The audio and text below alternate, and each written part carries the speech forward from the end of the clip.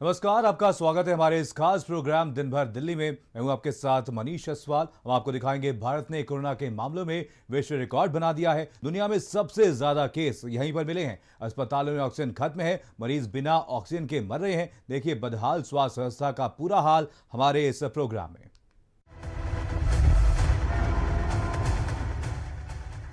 UP से चलता है दिल्ली और दिल्ली से चलता है देश।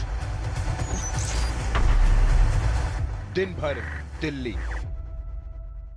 ऑक्सीजन की कमी से प्रदेश के क्या हालात हैं, देखिए इस रिपोर्ट में। पास अवेलेबल है पर सुविधा नहीं है बोल रहे हैं। ऐसी कश्मकश शायद पहले कभी नहीं हुई, ऐसी बेबसी शायद पहले कभी नहीं हुई। हालात इतने बुरे पहले कभी नहीं हुए, लोग इतने मजबूर शायद कभी नहीं हुए।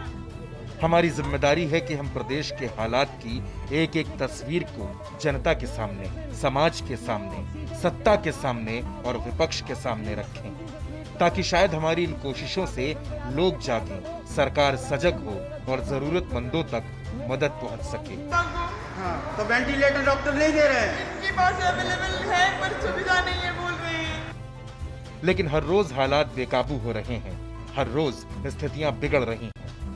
इटावा में जिला अस्पताल में वेंटिलेटर बंद कमरों में कैद है। वेंटिलेटर स्टाफ की कमी है और वेंटिलेटर न मिल पाने की वजह से इटावा में 6 लोगों की जान चली गई। हम और आप कितने बेबस हैं उसका प्रमाण है ये घटना। ख्याल ये है कि उनको वेंटिलेटर की जरूरत है, वो है नहीं। किनको? मेरे पापा को। हाँ, तो वेंटिलेटर डॉक्टर नहीं दे रहे हैं। इनके पास अवेलेबल है पर सुविधा नहीं है बोल रहे हैं। अरे और वो अभी तड़प रहे हैं। अब हम ये चाहते हैं उनकी सांस भी रुक जाए, क्योंकि बात इससे वो दंगल कर रहे हैं। आप एक बार उनको देखो तो सही अंदर जाके। 6 डेथ हो चुकी है अब तक, क्योंकि सैफई में जो है अब सीरियस मरीज लिए नहीं जा रहे हैं, सैफई बंद है। तो सारे सीरियस मरीज हमारे पास है और हमारे पास सुविधा नहीं है सीरियस मरीजों को हैंडल करने के लिए। हमारे पास वेंटिलेटर नहीं है, जिस कारण से मरीज और तीमारदार परेशान हो रहे हैं। वेंटिलेटर तो यहाँ बताए जा रहे हैं कि यहाँ मौजूद है वेंटिलेटर। जी मौजूद है, लेकिन चल नहीं रहे हैं। मृत्यु का कारण कोविड-19 से होने वाली bilateral pneumonia with ARDS acute respiratory distress syndrome होना पाया गया। कितने की मौतें हुई हैं 24 घंटे में? 6 मौतें हुई। लखनऊ में कोविड कमांड सेंटर पर लोगों की भीड़ लगी है। मरीजों के परिजन परेशान हैं क्योंकि उन्हें मदद नहीं मिल पा रही। मरीजों के परिजनों को लौटाया जा रहा है। यहाँ लोग आंसू बहा रहे हैं, रो रहे हैं। लोगों को न इलाज मिल रहा है, न ऑक्सीजन मिल रही है। उत्तर प्रदेश से राजधानी लखनऊ में लगातार कोरोना जो है वो जिस तरह से फैल रहा है, उसी तरह से जो मरीज हैं वो भी सामने आ रहे हैं। कोविड कमांड सेंटर की तस्वीरें आप देख सकते हैं कि ये जो कोविड कमांड सेंटर है वहाँ पर बड़ी संख्या में आप देखिए कि लोगों की जो भीड़ है वो आपको दिखाई देगी। एहतियातन यहाँ पे फोर्स भी तैनात की गई है। मैम कहाँ से आप आए हैं? मैं कृष्णा नगर से आई हूँ। क्या प्रॉब्लम है आपकी? मेरे फादर का जो है ऑक्सीजन लेवल ऑलमोस्ट 68 और जिस हॉस्पिटल में वो एडमिट हैं, क्योंकि बीच में जो योगी जी की रूलिंग आई थी कि किसी भी हॉस्पिटल को ऑक्सीजन नहीं मिलेगा, उसकी वजह से हमारे जिस हॉस्पिटल में मेरे फादर एडमिट थे उसमें ऑक्सीजन नहीं है और हॉस्पिटल वाले ने बोला हम ताला लगा रहे हैं, आप अपने फादर को निकाल लीजिए हमारे हॉस्पिटल से। मैं नाम नहीं लेना चाहूँगी।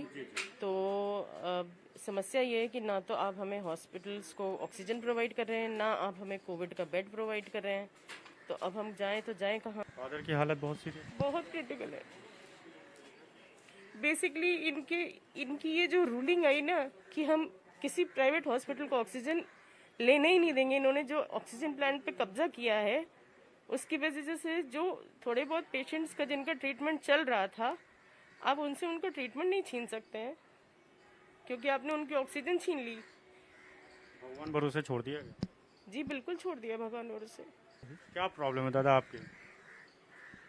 वो हमारे लड़के का डायलिसिस होता था अपोलो में, तो परसों उसका रिपोर्ट पॉजिटिव आ गया। वो कह रहा है कि जब CMO ऑफिस से लेटर लेकर आइएगा तब हम इसका डायलिसिस करेंगे। तो डायलिसिस नहीं हो रहा है तो बहुत प्रॉब्लम है। यहाँ कोई मदद मिली आपको? अभी तक तो नहीं मिली, लिख कर नंबर ले गया है अभी सुबह से।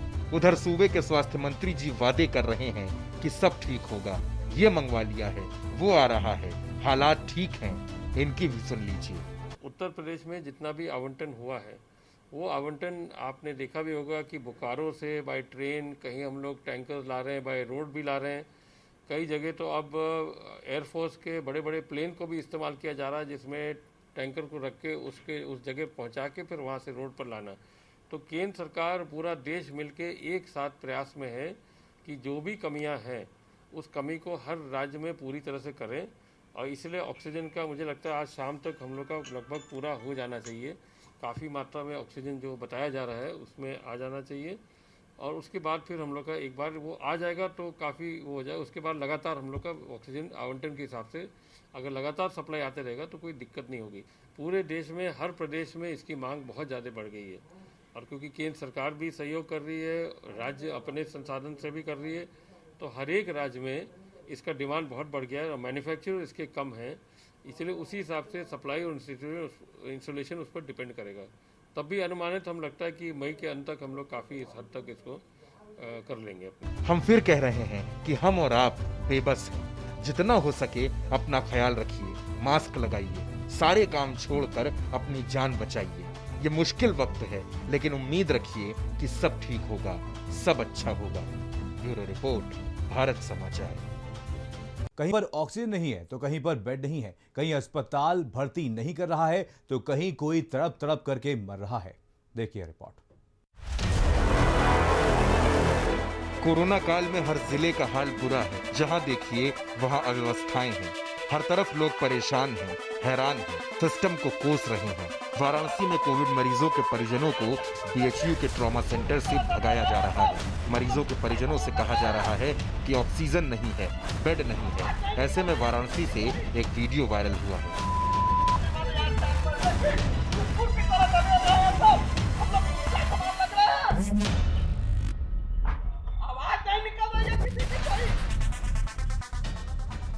बरेली में तो रुहेलखंड मेडिकल कॉलेज में कोविड मरीजों को भर्ती नहीं किया जा रहा है। यहाँ हॉस्पिटल के मेन गेट को बंद कर दिया गया है। बेड न होने की बात कहकर एम्बुलेंस को बाहर ही रोक दिया गया।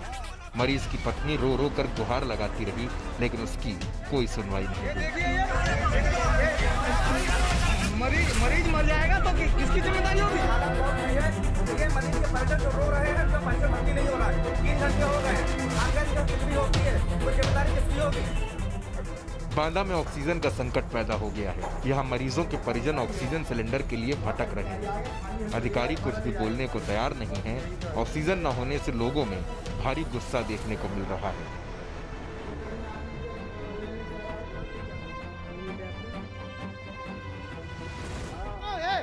झांसी में जिला अस्पताल में 2 कोरोना मरीजों की मौत हो गई। झांसी में ऑक्सीजन खत्म होने के बाद 2 मरीजों की मौत हुई है। मरीजों के दम तोड़ते वीडियो वायरल होने से हड़कंप मच गया है। कोविड अस्पतालों में हालात बिगड़ चुके हैं। झांसी में कोरोना से हालात बेकाबू हैं।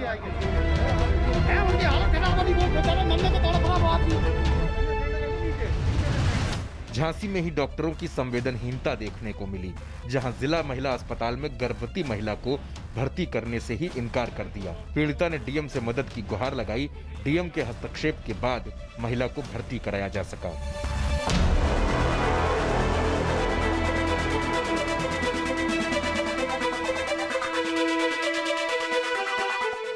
उन्नाव में स्वास्थ्य सेवाओं के हाल बेहद बुरे हैं। यहाँ मरीज की मौत के बाद परिजनों का गुस्सा फूट गया और उन्होंने कानपुर लखनऊ हाईवे को जाम कर दिया। मरीज के परिजनों ने अस्पताल का वीडियो भी वायरल किया। मामला सरस्वती मेडिकल कॉलेज का है। लखनऊ में चिलचिलाती धूप और गर्मी में लोग ऑक्सीजन के लिए कतारों में लगे हैं और अपनी बारी का इंतजार कर रहे हैं। लाइन में लगे लोगों का रो रो कर बुरा हाल है। प्रशासन के खिलाफ लोगों में गुस्सा दिख रहा है।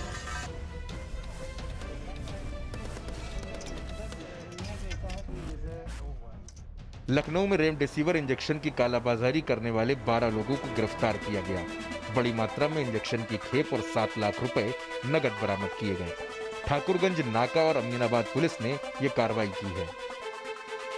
उत्तर प्रदेश से राजधानी लखनऊ में जिस तरह से कोरोना का जो संक्रमण है वो फैला हुआ है, तो ऐसे में जो तमाम ऑक्सीजन की बात करें या इंजेक्शन की बात करें या जो इससे जुड़ी उपयोगी दवाइयाँ हैं, उनकी जो महत्वता किस कदर बढ़ जाती है, और यही वजह है कि अब लगातार इसको लेकर के जो है कालाबाजारी जो है सामने आ रही है।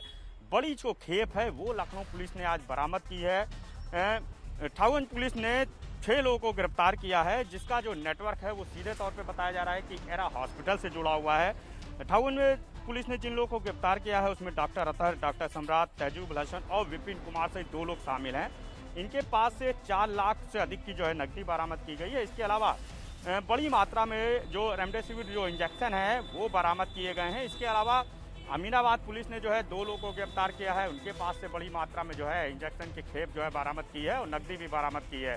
इसके अलावा अगर नाका पुलिस की हम बात करें तो नाका पुलिस ने इस पूरे मामले में 4 लोगों को गिरफ्तार किया है और तकरीबन 1.5 लाख की नकदी सहित जो है इंजेक्शन है उसकी खेप बरामद की है। ये भी बताया जा रहा है, पूछताछ में साफ हुआ है कि बड़ी मात्रा में ये जो इंजेक्शन है वो फर्जी तरीके से तैयार करके जो है लोगों को मोटे दामों में सप्लाई किए जा रहे हैं। कानपुर में भी मौतों का सिलसिला बढ़ गया है और ऑक्सीजन की कमी की खबरें भी सामने आ रही हैं। यहाँ मौत के बाद अंतिम संस्कार के लिए लकड़ी का अकाल जैसा पड़ गया है। अब दूसरे जिलों से लकड़ी मंगवाई जा रही है। मॉनिटरिंग के लिए नगर निगम के 10 अभियंताओं की ड्यूटी लगाई गई है। घाटों पर अंतिम संस्कार के लिए लोगों की कतारें लगी हैं। इस कोरोना काल में सबसे बड़ी कमी ऑक्सीजन और बेड की हो रही है। लोगों के सामने कई समस्याएं हैं, मुश्किल दौर है। ऐसे में सभी को सभी की मदद करनी है। ब्यूरो रिपोर्ट, भारत समाचार।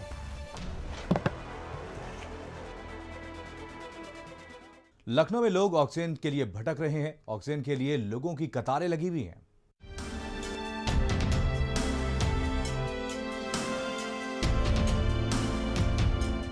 लखनऊ में ऑक्सीजन की कमी से हाहाकार मचा हुआ है। लोग ऑक्सीजन के लिए इधर उधर भटक रहे हैं, मजबूर हैं, बेबस हैं। लोग ऑक्सीजन प्लांट के चक्कर काट रहे हैं। मुरारी गैस ऑक्सीजन प्लांट और श्रीनाथ जी ऑक्सीजन प्लांट में ऑक्सीजन सिलेंडर तो मिल रहे हैं, लेकिन सिर्फ उन्हीं को जिनके पास अस्पताल से ऑथराइज्ड लेटर है। प्राइवेट पब्लिक को अपने मरीजों के लिए ऑक्सीजन सिलेंडर नहीं दिए जा रहे हैं। पहले अस्पतालों में मरीजों की भर्ती से मना कर दिया गया, अब ऑक्सीजन ना होने का हवाला देते हुए फिर जैसे तैसे मरीजों के तीमारदारों ने गैस सिलेंडर का इंतजाम किया, तो अब उनको ऑक्सीजन गैस प्लांट पर नहीं दी जा रही है। अब आलम यह है कि वो सिर्फ और सिर्फ ईश्वर के भरोसे ही जिंदा है। नहीं, गैस की तो किल्लत है, लिक्विड है नहीं मेरे पास, और हम यहाँ पे बलरामपुर लोक बंधु के अलावा हम किसी को नहीं दे रहे हैं। जो पहले प्राइवेट लोग अपना छोटा सिलेंडर या खुद लेने आते थे, तो अब क्या उनको मना कर दिया गया? उनको मना कर दिया गया शासन की तरफ से कि आप सिर्फ बलरामपुर और लोक बंधु को दीजिए बस। प्राइवेट किसी भी आदमी को अब आप लोग नहीं? ऑक्सीजन की बहुत ज़्यादा ज़रूरत है और वहाँ से मुझे लिख के मिला है कि आप जाके कहीं से भी प्रोवाइड करा के हमको दीजिए, और ये हमको अंदर जाने नहीं दिया जा रहा सर। और वहाँ उनकी एकदम समझ लीजिए बहुत बेकार कंडीशन पे पापा हमारे। एसीपी ने बातचीत करते हुए बताया कि मुख्यमंत्री जी का आदेश है कि सबसे पहले जो अस्पताल में मरीज भर्ती है उनको ऑक्सीजन पहुंचाई जा रही है। उसके बाद जो भी होंगे उनको सिलेंडर दे दिया जाएगा। जरूरतमंद को ऑक्सीजन अवश्य मिलेगी। किसी तरह की कोई अफरा तफरी नहीं है, आराम से गैस सिलेंडर पहुंचाए जा रहे हैं। जिन भी अस्पतालों को ऑक्सीजन आपूर्ति के लिए अधिकृत किया जा रहा है, उनके यहाँ सूचना प्राप्त हो रही है। उन्हें ऑक्सीजन आपूर्ति कराते हुए उनकी सुरक्षा सुनिश्चित कराई जा रही है, ताकि सुरक्षित ऑक्सीजन आपूर्ति जो है अस्पतालों को मिल सके।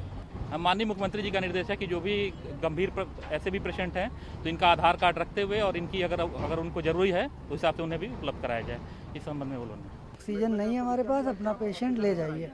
हमने जैसे तैसे ब्लैक में ये सिलेंडर खरीदे हैं 40,000 रुपए के, अब ये खाली हो गए हैं तो भरवाने के लिए आए थे यहाँ पे। तो आप अपने लिए प्राइवेट घर पे आपके मरीज हैं? भाई साहब मैंने बताया ना कि हॉस्पिटल में थे, उन्होंने मना कर दिया कि ले जाइए, मेरे पास ऑक्सीजन नहीं है। तो अब कहाँ ले जाएंगे? इस मुश्किल वक्त में जहां कई लोग सोशल मीडिया के जरिए मदद कर रहे हैं, तो वहीं जो मरीज घरों में हैं, उनके लिए ऑक्सीजन का इंतजाम करने में लोग बेबस नजर आ रहे हैं। प्रदेश में मचे इस हाहाकार से लोग हैरान हैं, परेशान हैं। ब्यूरो रिपोर्ट, भारत समाचार। लखनऊ में बैकुंठ धाम पर लोगों की भीड़ लगी हुई है। शवों को जलाने के लिए एक्स्ट्रा प्लेटफॉर्म बनाए गए हैं। देखिए रिपोर्ट।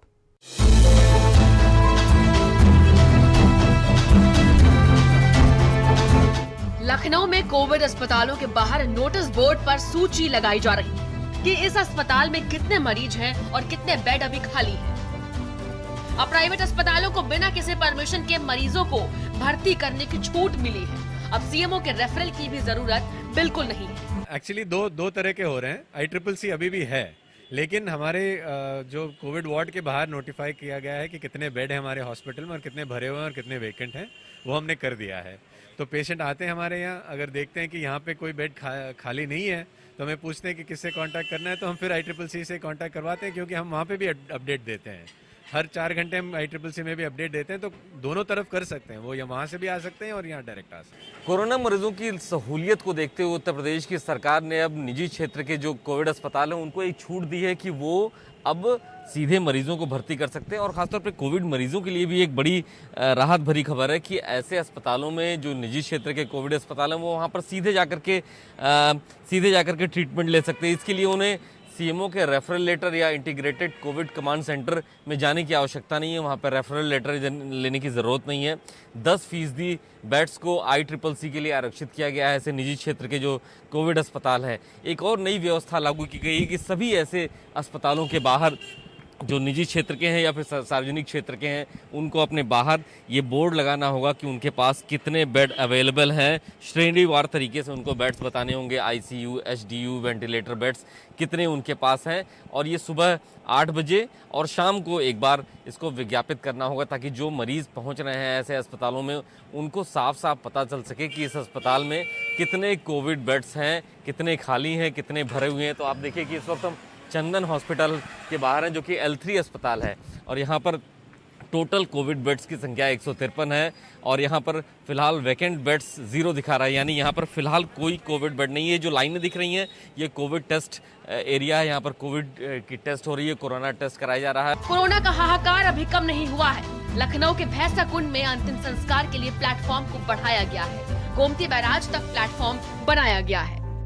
इस वक्त हम गोमती नदी के किनारे हैं और भैंसा कुंड क्रिमेशन सेंटर, जहां पर लगातार कोविड और नॉन कोविड पेशेंट्स जो आ रहे हैं जिनकी डेथ हो रही है उनका अंतिम संस्कार किया जाए। अब जगह कम पड़ने लगी है इसलिए इसका एक्सपेंशन किया गया है। और आप देखिए कि गोमती नदी का जो बैराज है इसके ऊपर से खड़े होकर के ये तस्वीरें हम दिखा रहे हैं। आपको तस्वीरों में तमाम एम्बुलेंस दिखे होंगी जहां पर जो जिन पेशेंट्स की मौत हो रही है उनको यहां पर लाया जा रहा है। और ये पूरा एरिया है सील करके रखा गया है क्योंकि ये कोविड जोन के रूप में घोषित है। और आप देखिए कि जो रिवर फ्रंट का जो वॉकिंग ट्रैक है लगातार वहाँ पर चिताएं सजाई जा रही हैं और इसी जगह पर क्रिमेशन किया जाएगा। इस जगह से जो पॉइंट ऑफ व्यू हम जो दिखा रहे हैं यहाँ से तकरीबन 1 किलोमीटर आगे तक इस भैंसा कुंड का जो किनारा है, नदी का किनारा, लगातार इसी तरीके से चिताएं सजाई गई हैं। ये हम एरियल व्यू आपको दिखा रहे हैं पुल के ऊपर से नदी के। और आप देखिए कि कितनी भारी तादाद में एम्बुलेंस के आने का सिलसिला है। लकड़ियाँ यहाँ पर इकट्ठा की गई हैं क्योंकि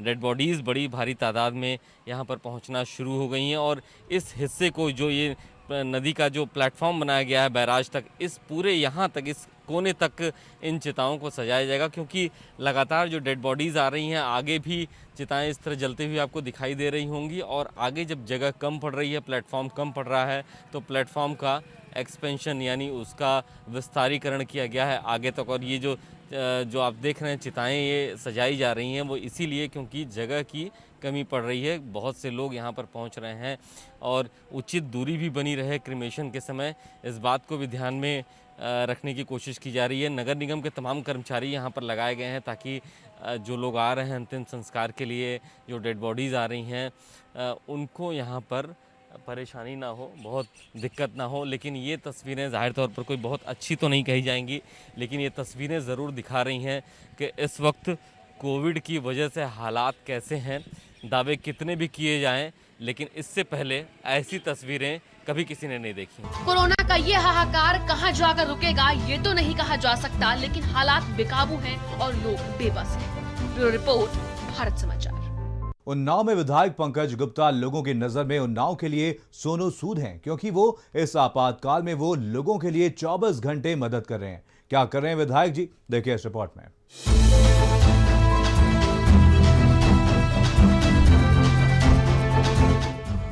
बीते साल जब उन्नाव कोरोना का सामना कर रहा था तब सदर विधायक पंकज गुप्ता ने अपनी जान की परवाह किए बिना पूरे शहर और अपनी पूरी विधानसभा में सैनिटाइजेशन कराया, गरीबों के लिए राशन और भोजन की व्यवस्था की, लॉकडाउन में फंसे लोगों की मदद की, मास्क और सैनिटाइजर बंटवाए, घरों तक सब्जियां पहुंचाई, अपना कॉल सेंटर बनाया, 50 युवाओं की टीम के जरिए पूरे उन्नाव की मदद की। और अब जब दूसरी बार कोरोना अपने पीक पर आ गया, ऐसे में उन्नाव की मदद की शुरुआत की ही थी कि खुद कोरोना संक्रमित हो गए और होम आइसोलेट हो गए। लेकिन जैसे ही कोरोना की रिपोर्ट नेगेटिव आई, उसके अगले ही दिन विधायक पंकज गुप्ता सड़क पर उतर गए। जिला अस्पताल पहुंचे और उन्नाव में कोरोना के कारण बनी स्थितियों का जायजा लिया।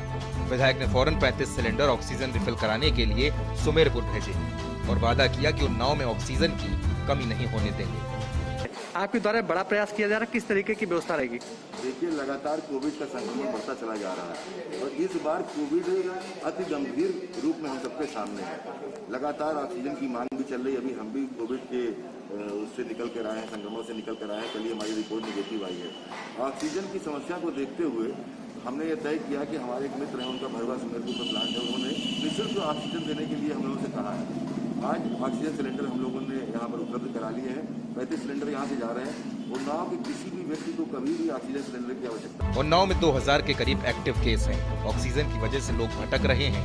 ऐसे में विधायक अपने उन्नाव के लिए जी जान से जुट गए हैं। उन्नाव के लोग पंकज गुप्ता की तुलना सोनू सूद जैसे मददगार अभिनेताओं से करते हैं। विधायक ने कहा कि 24 घंटे वो फोन पर उपलब्ध हैं और उन्नाव में ऑक्सीजन की कमी नहीं होने देंगे। ये आज जो चीजें हम लोगों को कम दिखाई दे रही हैं, शायद वही एक कारण है। लेकिन फिर भी प्रशासन, शासन और गवर्नमेंट लगातार लगी हुई है कि अपना इंफ्रास्ट्रक्चर हम लोग और बढ़ाएं। जनता को जो सहूलियतें और दिक्कतें हो रही हैं उनको दूर करने का हम लोग प्रयास करें।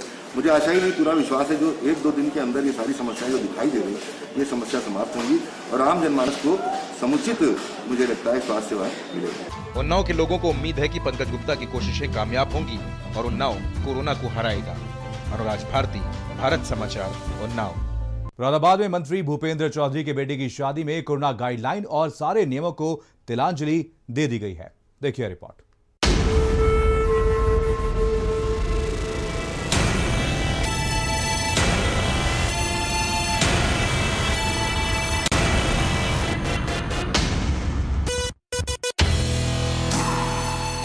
देश में हाहाकार मचा है।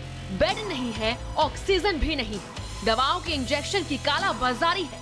नियम कानून जनता के लिए बने हैं कि मास्क लगाइए, दूरी बनाइए, नाइट कर्फ्यू का पालन कीजिए। लेकिन ये सब आम आदमी के लिए है, आम आदमी के लिए है। जी हाँ, आम आदमी के लिए ही है।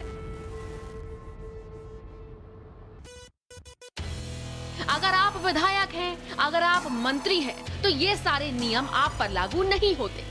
यूपी सरकार में मंत्री भूपेंद्र चौधरी ने इस कोरोना काल में अपने बेटे की शादी की और बहुत धूमधाम के साथ की। शाही मंच पर बेटे और नई नवेली बहू रानी को आशीर्वाद देने के लिए कई बड़े गेस्ट आए। तस्वीरों में आप देख ही रहे हैं कि मास्क नाम की चिड़िया का कोई अता पता नहीं है, क्योंकि शादी मंत्री जी के बेटे की है। और मुरादाबाद में मंत्री जी का इतना जलवा है कि डीएम, एसपी, सीएमओ सब मंत्री जी के सामने नतमस्तक हैं। यूपी में पंचायत चुनाव चल रहे हैं और मंत्री जी पंचायती राज विभाग के ही मंत्री हैं। लेकिन मंत्री जी कोई नियम कानून नहीं मानते। शादी समारोह में कोई नियम नहीं।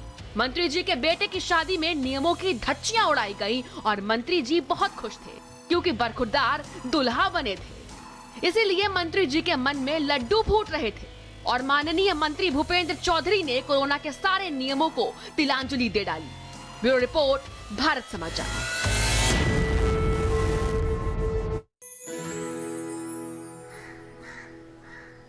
अब हारने के लिए तैयार हो जा चुटकी। ये देख क्वीन मेरी।